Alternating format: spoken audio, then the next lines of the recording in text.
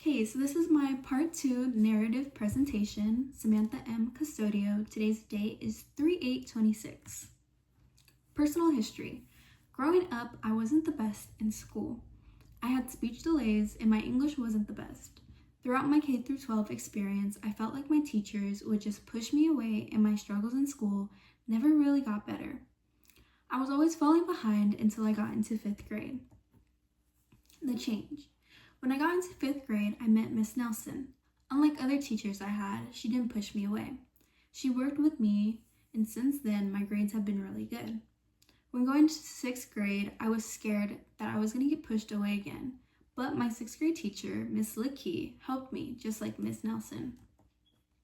Why it affects my literacy. Like I said, my English isn't the best, meaning my reading and writing skills were far behind. I always struggled with reading certain words, and spelling wasn't good either. To this day, I still struggle with spelling, but it's not as bad as it used to be. My social, cultural, linguistic background. When I was a baby, my parents were living with my ava and avu. Ava means grandmother, avu means grandfather. My mom is from Mexico City, and my dad's parents are from a little island called St. George, which is in Portugal. My dad was actually the first one to be born here in the States, making it the first one out of both sides of my family to be American. I grew up with them trying to teach me 3 different languages. These languages were Spanish, Portuguese, and English. In doing so, when I got older, I had developed speech delays. The effects. Growing up, I was always exposed to different languages, especially because my grandmother would speak to me in Portuguese, my mother would speak to me in Spanish, and my father spoke to me in English. My mom, who was a social worker, could tell that my development was behind and started having me do speech therapy. This experience helped shape my reading and writing skills because it made me work harder than most kids my age. The long days and nights where I had to relearn a language that was already considered my first language gave me a new perspective. Experience with language. For me, I always felt left out. I couldn't speak correct English, and I also couldn't speak correct Spanish or Portuguese. As a girl who comes from a family who could speak both, I always felt like I was the black sheep in my family. The same goes in school. I felt this more with teachers than the students. I had so many teachers that just wouldn't care about my struggles that I went through, but they did care about my grading, which they would grade me very poorly, even though they didn't teach me the materials the correct way. Personal relationships. When I was younger, I did hate reading and writing, and even sometimes speaking. It wasn't until high school when I started to fall in love with writing. Like I stated in my paper, I love creating. I love making stories, or even just writing what I feel and putting it all together. For reading, I still struggle on it, but I have started reading books again. Only took me until I was 20, but hey, at least I'm trying again.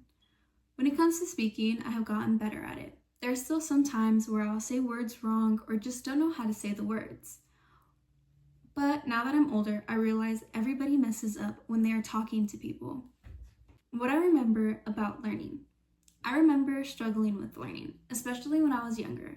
When I got older, I always tend to push myself to make sure I get the best grades, even if that means I had no social life. I remember nights in high school when I would just cry because of how much stress I was under. Even in college, I still tend to get stressed out, and I still cry sometimes when the assignments are kind of hard.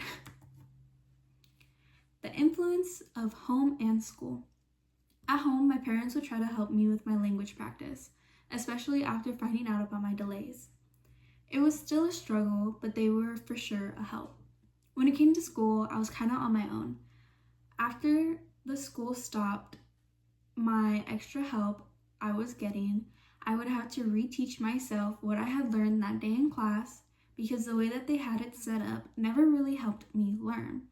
So I had to find creative ways to help me understand.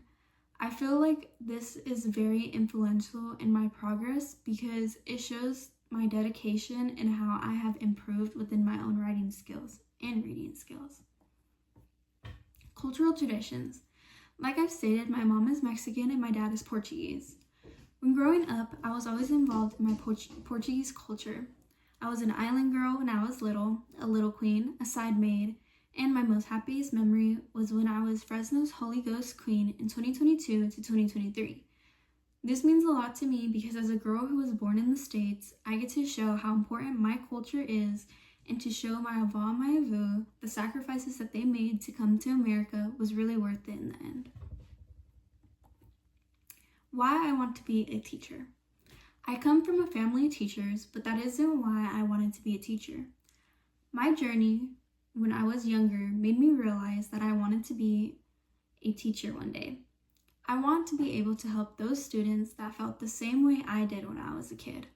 Most people see this as just another job, but I see this as students who are just like me and that need a teacher that will fight for them. And that is the end of my presentation.